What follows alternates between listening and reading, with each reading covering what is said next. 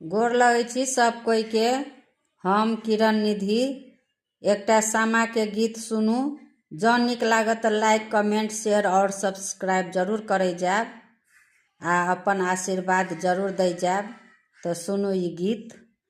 पनमा जे खएलहु यो भैया पिकिया नेरेलहु ओही ठाम। पनमा जे खएलहु यो सभे भैया पिकिया नेरेलहु ओही ठाम। ओही पी के अएलैयो भैया गंगा जमुना के धार। ओही पी के अएलैयो सभे भैया गंगा जमुना के धार।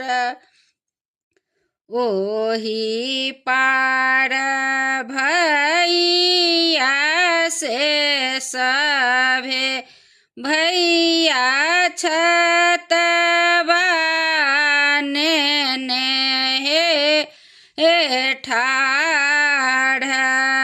ओही पार भैया से सभे भैया छतबा नेने हे ठाढ़।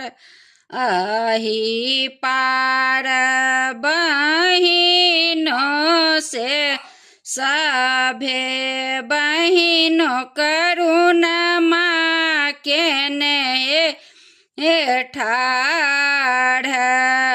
अही पार बहिनों से सभे बहिनों करुणा केने हे ठाढ़। जूनी कानू जूनी खीजुगे सभे बहिनों बाबा के संपतिया देव बाटी।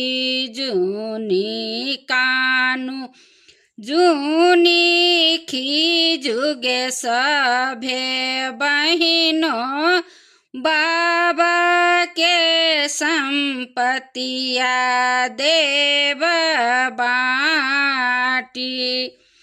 बाबा के संपतिया यो सभे भैया भतीजबा के रहे आस।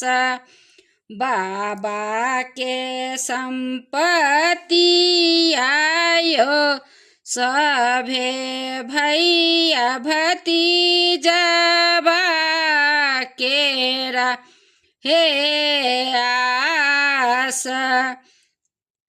हम दूर देशनियो सभे भैया मोटरिया के रहे आस। हम दूर देशनियो सभे भैया मोटरिया के रहे आस। जुगे जुगे जीबुयो सभे भैया सभे भौजी के बढ़ू आही बात।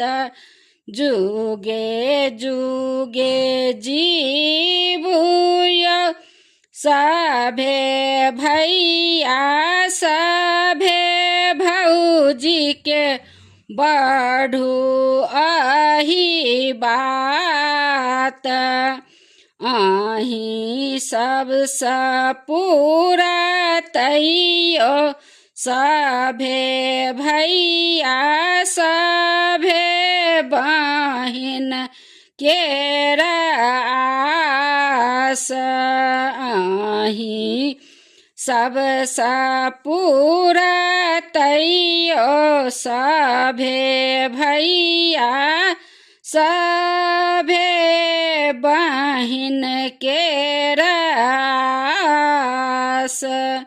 धन्यवाद। गोर लगै छी सब भैया सबके और भाई सबके आशीर्वाद।